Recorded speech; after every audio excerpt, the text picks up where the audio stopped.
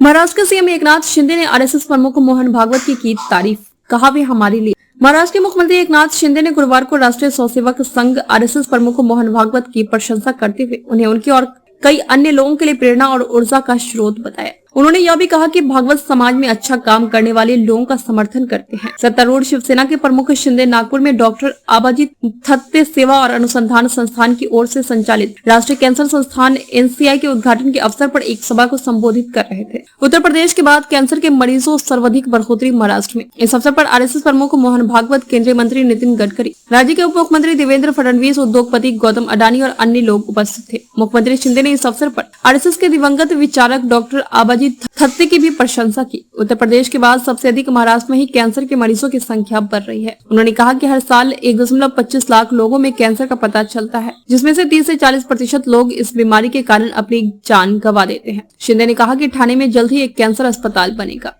भागवत ने समाज सेवा के एकजुट होकर काम करने की अपील की। भागवत ने अपने भाषण में अत्याधुनिक सुविधाओं के साथ एनसीआई के निर्माण में प्रयासों के लिए आरएसएस के स्वयंसेवकों की प्रशंसा की। एनसीआई को फडणवीस के दिमाग के उपज कहा जाता है, जो नागपुर से ताल्लुक रखते हैं और आरएसएस के स्वयंसेवक हैं। भागवत ने लोगों से समाज की सेवा के लिए एकजुट होकर काम करने की अपील की। फडणवीस और गडकरी ने भी कैंसर के इलाज की सुविधा पर दिया जोर। फडणवीस ने याद किया कि कैंसर के कारण उन्होंने अपने पिता को खो दिया। उन्होंने कैंसर रोगियों और उनके परिवारों के सामने आने वाली कठिनाइयों के बारे में बात की। बीजेपी के वरिष्ठ नेता ने कहा कि उनकी टीम मध्य भारत के लोगों के लिए एक विश्व स्तरीय और किफायती कैंसर उपचार सुविधा का निर्माण करना चाहती है। इस मौके पर गडकरी ने कहा कि अमेरिका में कैंसर के मरीजों की संख्या में 33% की बढ़ोतरी हुई है, लेकिन भारत में कैंसर से मरने वाले रोगियों की संख्या बढ़ रही है और इस बीमारी का प्रसार बढ़ रहा है। गडकरी ने आशा व्यक्त की है कि एनसीआई विदर्भ और मध्य भारत में कैंसर रोगियों की सेवा करने में महत्वपूर्ण भूमिका निभाएगी। उन्होंने कैंसर के क्षेत्र में अनुसंधान बढ़ाने की आवश्यकता पर बल दिया।